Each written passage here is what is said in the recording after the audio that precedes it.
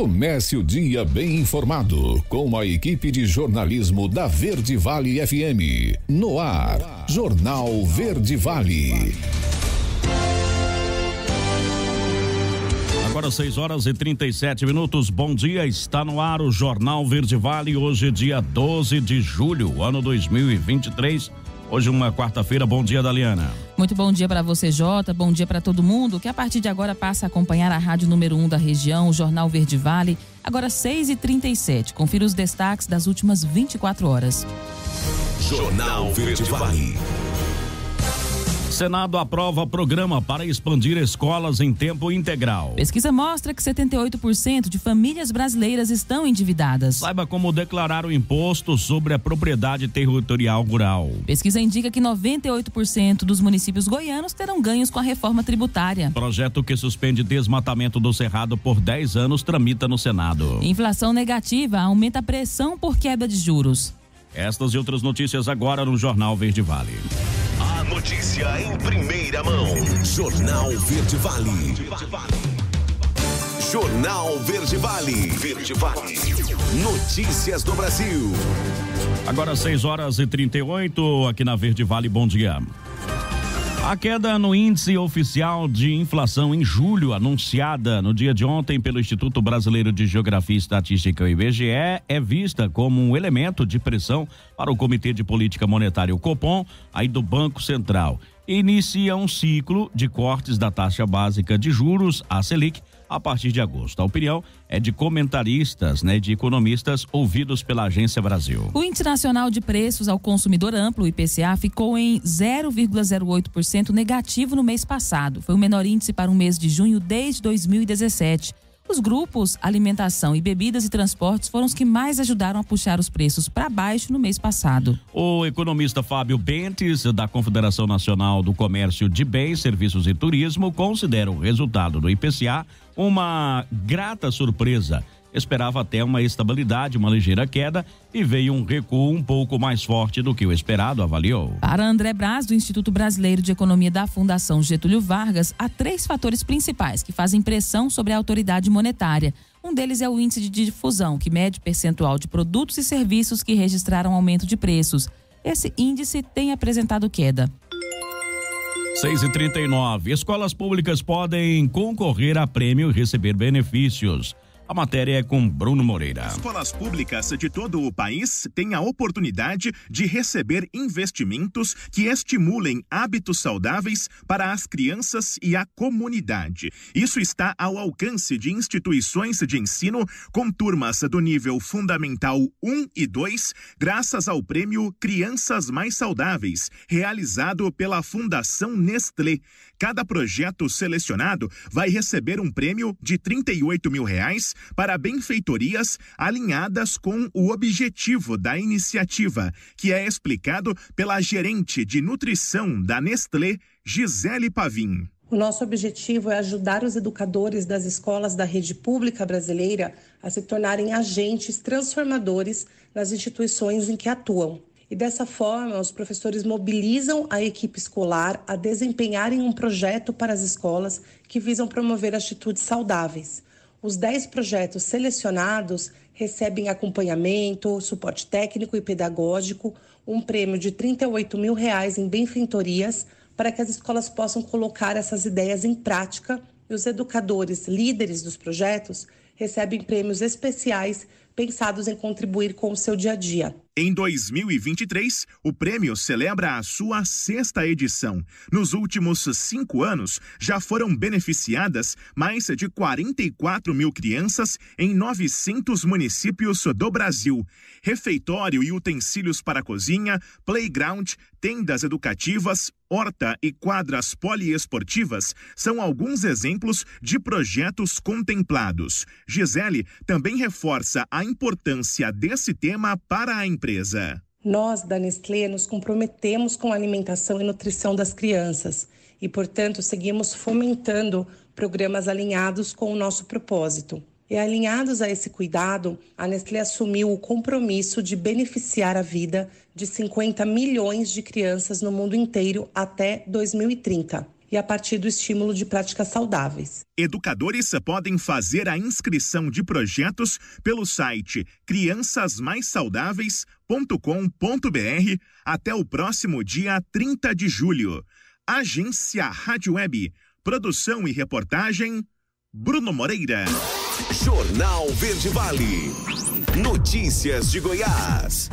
6h42 agora. Em um levantamento do Instituto de Pesquisa Econômica Aplicada, atualizado pela Confederação Nacional de Municípios, aponta que 238 dos 246 municípios de Goiás terão ganhos com a reforma tributária. O número representa 98% do total e considera um período de 20 anos. A pesquisa avalia os municípios de acordo com a receita atual de Imposto sobre Circulação de Mercadorias e Serviços, o ICMS, Imposto sobre Serviços de Qualquer Natureza, ISS, e a projeção de arrecadação com Imposto sobre Bens e Serviços, o IBS. Assim, para se ter uma ideia, Novo Gama, que fica no entorno do Distrito Federal, sai dos atuais R$12.977.679 de receita para R$78.395.000 após 20 anos de IBS, com taxa anual de crescimento de 9,4% em média.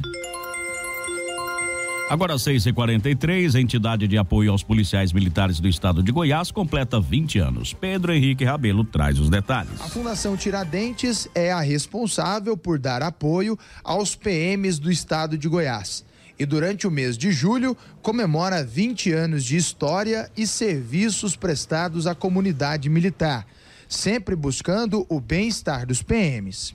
O atendimento psicológico, nós temos o Hospital da Polícia Militar, onde nós temos todo um preparo para receber os nossos militares, além da assistência social e saúde dos nossos militares. Ela tem prestado alguns serviços e dado subsídios, às vezes técnicos, nessa assistência técnica. Hoje há um relacionamento entre a Polícia Militar e a Fundação de crescimento. O estado de Goiás alcançou o topo com a melhor segurança pública do Brasil, graças a uma união de esforços. O governo de Goiás não vem poupando investimentos em estrutura e nos profissionais para se manter nesse lugar. A celebração das bodas de porcelana contou com a presença de autoridades políticas e militares. O coronel Sanches foi o responsável por representar o governador Ronaldo Caiado. De hoje vivemos um momento ímpar na Polícia Militar e na Secretaria de Segurança Pública do Estado, graças ao incentivo e ao direcionamento do nosso governador, Dr. Ronaldo Caiado, que tem como meta trazer a segurança pública de forma efetiva para o cidadão. Durante o evento, funcionários da Fundação foram homenageados pelos serviços prestados há mais de 15 anos. Militares também foram homenageados. Uma das funções da Fundação Tiradentes é a manutenção do Hospital da Polícia Militar, que fica na cidade Jardim, em Goiânia. A Fundação, ela ajuda, ela é descontada um valor mensal chamado de Fundo de Assistência Social, e com esse valor a Fundação gerencia, ajudando no social, das famílias militares e também fortalecendo o melhoramento também do Hospital da Polícia Militar, que fica ali na cidade Jardim. Pedro Henrique Rabelo, da Agência Brasil Central. Jornal Verde Vale. Esportes. 6h45 agora. Bruno Lage está em solo brasileiro. O novo treinador do Botafogo desembarcou às 5h20 dessa quarta-feira no aeroporto do Galeão, que recebe voos internacionais no Rio de Janeiro. Bruno deixou Portugal na noite da última terça-feira em viagem de aproximadamente 9 horas até o Brasil. Após a chegada, vai cumprir a agenda de compromissos como novo comandante do Glorioso e será apresentado oficialmente ainda nessa manhã. Ao lado de John Textor, fará sua primeira entrevista coletiva no estádio Newton Santos, marcado para as 10h30. O técnico, junto da comissão técnica composta pelos auxiliares técnicos Luiz Nascimento e Carlos Cachada, o preparador físico Alexandre Silva e os analistas Johnny Conceição e Diogo Camacho, ainda devem visitar o CT Lonier, novo local de trabalho dele. Jornal Verde Vale. Agronegócios. Um levantamento da Brandaliz Consult aponta que o ritmo de negócios antecipados com a safra 23-24 de soja é o mais lento dos últimos 10 anos. O Brasil vendeu apenas perto de 15% da sua nova temporada, com tímidas operações, até mesmo com trocas por insumos. Os insumos como fertilizantes e alguns defensivos recuaram muito, mais do que a soja, e parte dos produtos já negociou. Mas ainda há muito a ser fechado. A safra vai crescer em área e necessitará de mais insumos, e parte pode ser negociado nesses próximos dias para o produtor não perder a boa relação de troca, é o que acredita o consultor de mercado Vlamir Brandalize. Segundo ele, em contato com produtores, o sentimento é esse de que mais negócios poderiam ser registrados nos próximos dias. No entanto, explica ainda que seria necessário um pequeno movimento de alta em Chicago, mesmo que momentâneo, para estimular os fechamentos. A notícia em primeira mão. Jornal Verde Vale. Jornal Verde Vale. Verde Vale. Notícias do Brasil. Agora, 7h em ponto, já de volta com o Jornal Verde Vale dessa quarta-feira. A plenária do Senado aprovou ontem um projeto de lei que cria o programa Escola em Tempo Integral. O texto do projeto permite à União financiar a abertura de matrículas em período integral nas escolas de educação básica, por meio de transferência para estados e municípios. O programa foi uma iniciativa do governo federal e agora vai à sanção do presidente Lula para entrar em vigor. Coordenado pelo Ministério da Educação, o programa é um mecanismo federal de fomento à expansão de matrículas da educação básica em tempo integral nas redes estaduais e municipais. A adesão ao programa é opcional, mas a meta inicial é criar 1 milhão de novas matrículas em tempo integral nos próximos anos. O governo federal estima que serão disponibilizados cerca de 4 bilhões de reais para aumentar a oferta de educação em tempo integral, permitindo que estados e municípios possam expandir as matrículas em suas redes. Até 2026, segundo o MEC, a meta é chegar a 3,2 milhões de matrículas. Agora 7h01.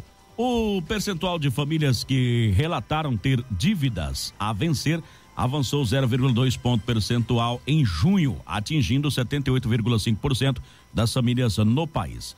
As que se consideram muito endividadas são de 18,5% desse total. Segundo a Confederação Nacional do Comércio de Bens, Serviços e Turismo, que divulgou números ontem, esse é o maior volume da série histórica, iniciada em janeiro de 2010. Os dados fazem parte da pesquisa de endividamento e inadimplência do consumidor, o PEIC, apurada mensalmente pelo CNC.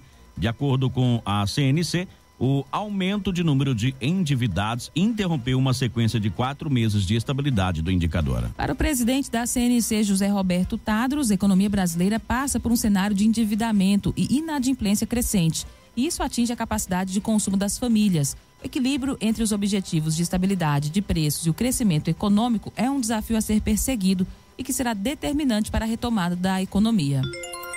Agora 7h02. Gripe. Casos de síndromes respiratórias em idosos aumentam em 2023. Alexandre Figueiredo traz esses detalhes. O último guia de vigilância da síndrome respiratória aguda grave, SRAG, publicado no final de junho pelo Ministério da Saúde, mostra que os casos entre idosos pelo vírus da gripe, o influenza, aumentaram em relação ao ano passado 4,5 vezes. O relatório compara os números no período de março a maio. Membro da Sociedade Brasileira de Infectologia, a SBI, Antônio Carlos Bandeira destaca quais podem ser as razões desse aumento. As principais razões são a circulação do vírus influenza, que tem sido muito significativa, especialmente a influenza do tipo B. E a baixa adesão à vacinação para a influenza aumenta o número de casos e também acaba levando a um número aumentado de síndrome respiratória aguda grave.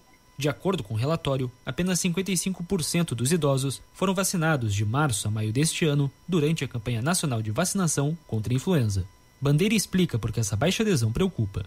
À medida que eles envelhecem, o sistema imunológico também sofre certo grau de envelhecimento. Isso faz com que a resposta do corpo ao vírus seja menor. É por isso que é fundamental que pessoas de 60 anos para cima mantenham o calendário vacinal para a influenza atualizado anualmente, para que evitem a possibilidade de ter a forma grave. Por isso, o médico infectologista alerta para a importância da prevenção. Além da vacina, os idosos podem, nesse período de maior circulação do vírus, utilizarem máscaras e não se esquecer de, quando chegar em casa, sempre higienizar as mãos, porque as mãos que não foram higienizadas, levadas à boca, podem levar à contaminação também do vírus, não é só a parte respiratória. Segundo o Ministério da Saúde, 96% dos casos de registro de síndrome respiratória aguda grave por influenza em idosos neste ano necessitaram de hospitalização até o mês de maio. Agência Rádio Web. Produção e reportagem, Alexandre Figueiredo. Jornal Verde Vale. Notícias de Goiás. Agora, 7h05. E o Ministério Público do Distrito Federal e Territórios denunciou o pedófilo que sequestrou uma menina de 12 anos em Goiás e a estuprou em Brasília. O crime ocorreu em 28 de junho e a denúncia foi feita no final de semana. Daniel Moraes Bitar foi denunciado por sequestro e estupro de vulnerável.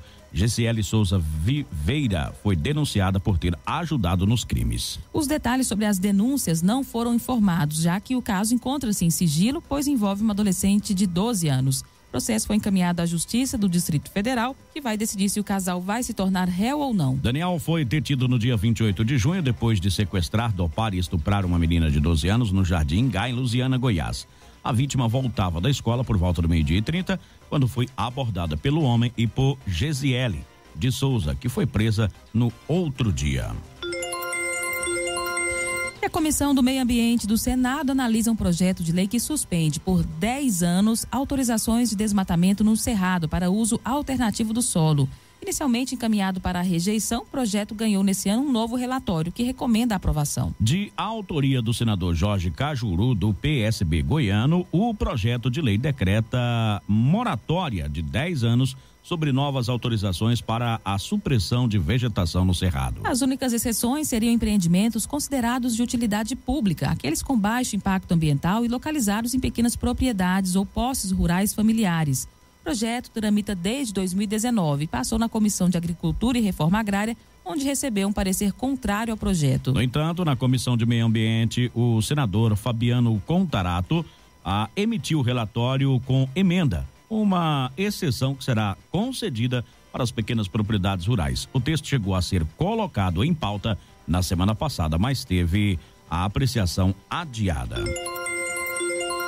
E a Universidade Estadual de Goiás divulga o resultado final do seu vestibular 2023/2. A matéria é com Juliana Carnevale. O Núcleo de Seleção da Universidade Estadual de Goiás divulgou o resultado final do vestibular 2023/2, que pode ser conferido no site vestibular.ueg.br. Os alunos aprovados em primeira chamada devem realizar as matrículas até o dia 14 de julho. As aulas terão início em 7 de agosto. As 450 vagas do processo seletivo foram oferecidas para os seguintes cursos: Agronomia, Arquitetura e Urbanismo, Ciências Biológicas, Educação Física, Engenharia Agrícola, Engenharia Civil, Farmácia, Fisioterapia, Medicina Veterinária, Química Industrial e Zootecnia. De Goiânia, Juliana Carnevale, da agência Cora de Notícias. Jornal Verde Vale. Esportes. Agora 7h07. Com um belo gol de Felipe Augusto após boa jogada de Renato Augusto, o Corinthians venceu o Universitário por 1-0 na noite de ontem na Neoquímica Arena, pela partida de ida do playoffs das oitavas de final da Copa Sul-Americana. Mesmo começando com um time totalmente reserva, o Timão controlou a partida o tempo todo, mas só conseguiu abrir o placar quando mandou seu melhor jogador a campo, e Valera, do time peruano, foi expulso por uma falta dura em Rafael Ramos. Com um jogador a mais, os donos da casa fizeram valer o mando e encaminharam a classificação no torneio internacional. 7h08. E o Corinthians vence o Universitário em jogo marcado por racismo na Sul-Americana. Os detalhes é com Daniela Esperon. O Corinthians largou na frente na repescagem da Copa Sul-Americana.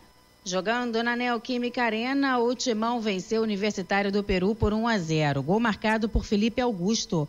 Vanderlei Luxemburgo entrou com o time reserva e exaltou a vitória e a forma com que o Corinthians conseguiu furar o bloqueio adversário, principalmente depois que ficou com um jogador a mais em campo. Nós fizemos por merecer o resultado, eles não tiveram no primeiro tempo nenhuma oportunidade, tiveram uma no final do jogo. Cara, nós tivemos um jogo que nós tivemos que atacar com uma linha de 5 bem plantada, eles não desfizeram a linha de 5 nunca, 3 no meio campo, só 2 caras na frente para pegar um contra-golpe, dos zagueiros souberam jogar, os laterais entraram na hora certa, fizemos um jogo taticamente muito correto. Cara, eu acho que o resultado foi que nós conseguimos levar a vantagem para lá, nós tivemos a intensidade que tem que ter no jogo, mas faltou um pouquinho mais. E essa partida em Itaquera não teve só coisas boas para o Corinthians, mais um caso de racismo no futebol e em solo brasileiro. O preparador físico do Universitário do Peru foi detido por racismo depois do jogo. Sebastião Avelino Vargas, ele é acusado de ter feito gestos em direção aos torcedores do Corinthians e também ter chamado os corintianos de macacos. As equipes voltam a campo na próxima terça-feira no Peru e o Corinthians joga pelo empate para ir às oitavas de final. Outro brasileiro que busca uma vaga nas oitavas é o Botafogo, que entra em campo nesta quinta, lá na Argentina, contra o Patronato. Agência Rádio Web com informações da Copa Sul-Americana, Daniela Esperon. Jornal Verde Vale. Agronegócios. Agora 7h10. O Ministério da Agricultura e Pecuária Mapa publicou ontem a portaria número 840 que estabelece os calendários de semeadura da soja referente à safra 23/24 para 21 unidades da federação. O calendário de semeadura é adotado como uma medida fitossanitária complementar ao período do vazio sanitário, com o objetivo de reduzir ao máximo possível o inóculo de ferrugem asiática da soja, considerada uma das mais severas doenças que incidem na cultura. A medida implementada no Programa Nacional de Controle da Ferrugem Asiática da Soja visa a racionalização do número de aplicações de fungicidas e a redução de riscos de desenvolvimento de resistência do fungo às moléculas químicas utilizadas em seu controle. Jornal Verde Vale. Verde Vale. Notícias do Brasil. 7h11. O iFood vai pagar 6 milhões de reais por ferir direitos de entregadores. E a reportagem é com Rafael Silva. O aplicativo de entrega de comida iFood fechou um acordo com os Ministérios Públicos Federal e do Trabalho por tentar desmobilizar durante a pandemia entregadores que cobravam melhores condições de trabalho. Denúncia do site Agência Pública mostra que a empresa contratou agências de publicidade para produzir conteúdos com perfis falsos na internet, com posts contrários às reivindicações feitas pelos entregadores. Até um agente foi infiltrado em uma manifestação para frear o movimento. O procurador do Trabalho, Renan Calil, diz que o acordo encerra o inquérito aberto sobre o caso. Com essa reportagem que foi realizada, foi dado início a uma investigação, tanto do âmbito do MPT, para examinar se teria ocorrido a violação à liberdade sindical, direito de negociação coletiva e direito de greve, e no âmbito do MPF, para verificar se teria ocorrido a violação do direito à informação, dentre outros direitos. Foram realizadas investigações, feitas diligências, ouvidas testemunhas, e daí, para se chegar no entendimento em relação ao caso, para chegar num acordo e encerrar as investigações, foi celebrado esse termo de ajuste de conduta. O iFood assumiu o compromisso de financiar, no valor de 6 milhões de reais, pesquisas e projetos que examinem as relações de trabalho com os entregadores. A empresa também garantiu que não vai penalizar os profissionais, segundo Renan Calil.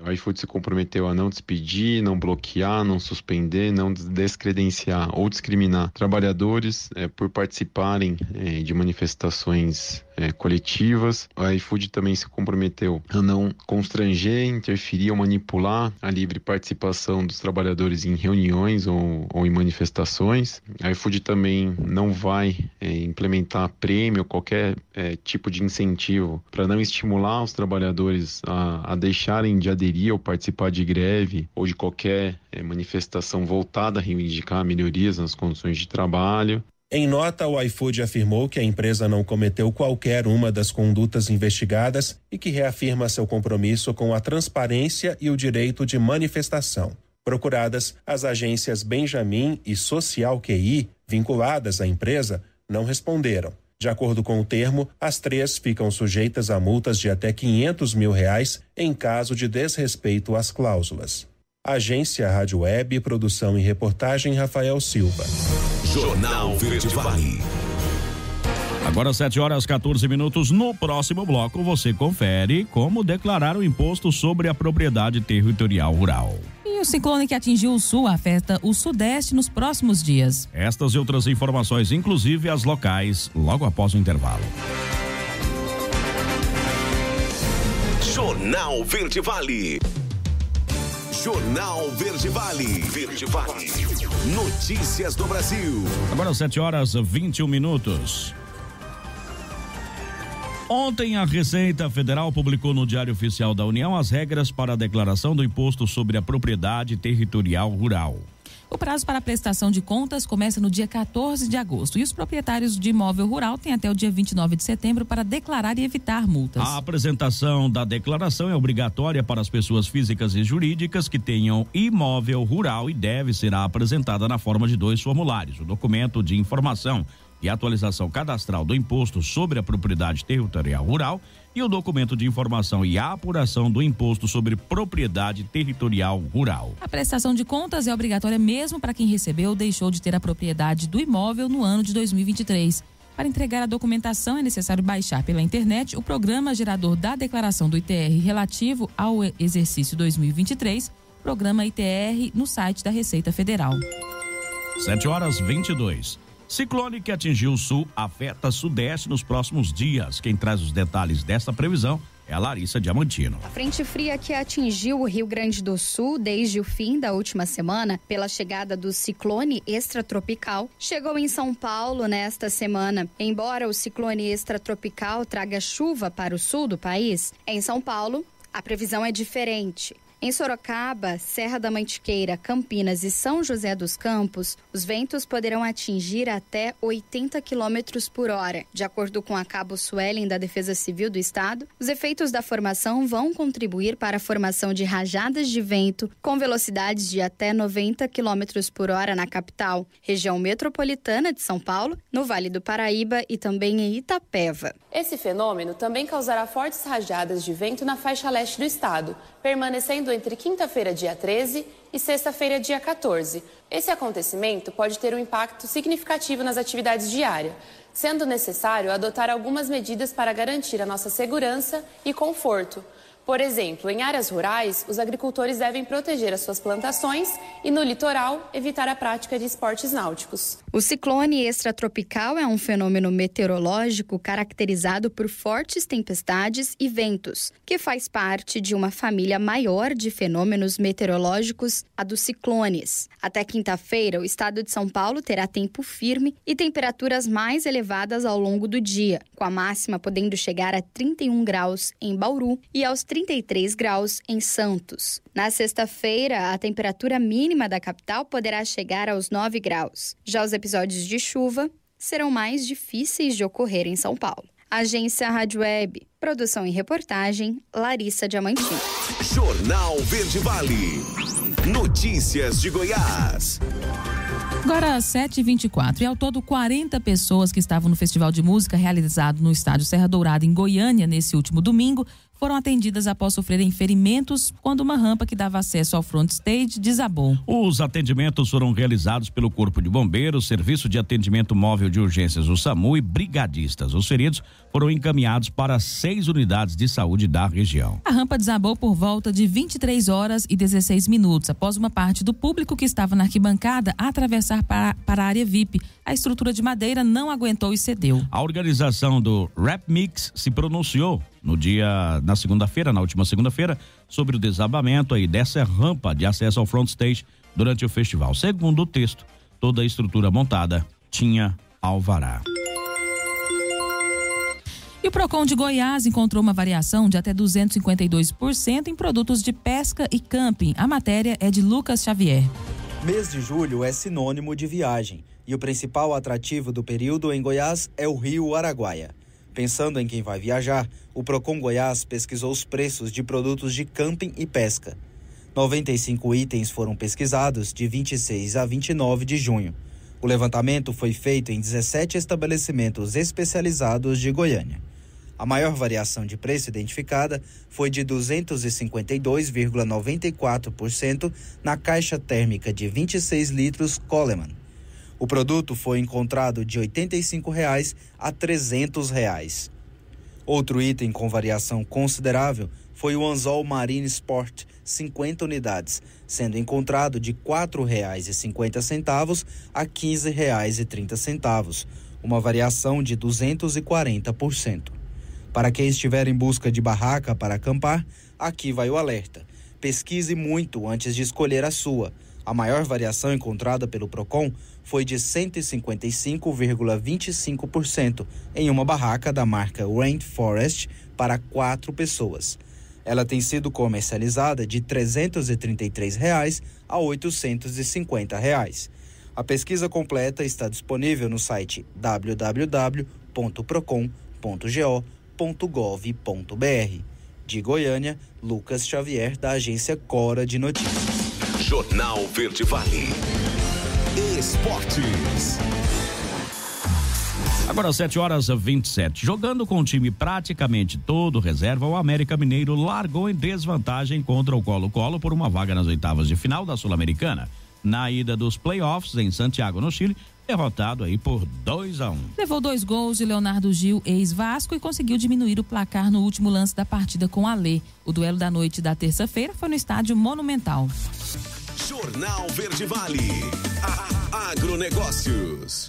7h27. Após oscilarem ao longo do dia, os preços futuros do milho encerraram as atividades no dia de ontem, contabilizando novas altas na Bolsa Brasileira. As principais cotações subiram 1,65% e flutuaram na faixa entre R$ 55,40 a R$ 63,38. O vencimento julho 23 foi cotado a R$ 55,40, com valorização de 1,65%. Setembro 23 valeu 56,28, com ganho de 0,50%. Novembro 23 foi negociado por R$ 59,80, com alta de 0,49%. E o janeiro 24 teve o valor de R$ 63,38, com elevação de 0,60%. Para os principais analistas, as cotações não têm mudado nos balcões brasileiros diante da chegada da colheita da safrinha, mas melhorou um pouco nos portos com as recentes altas de Chicago e também do dólar.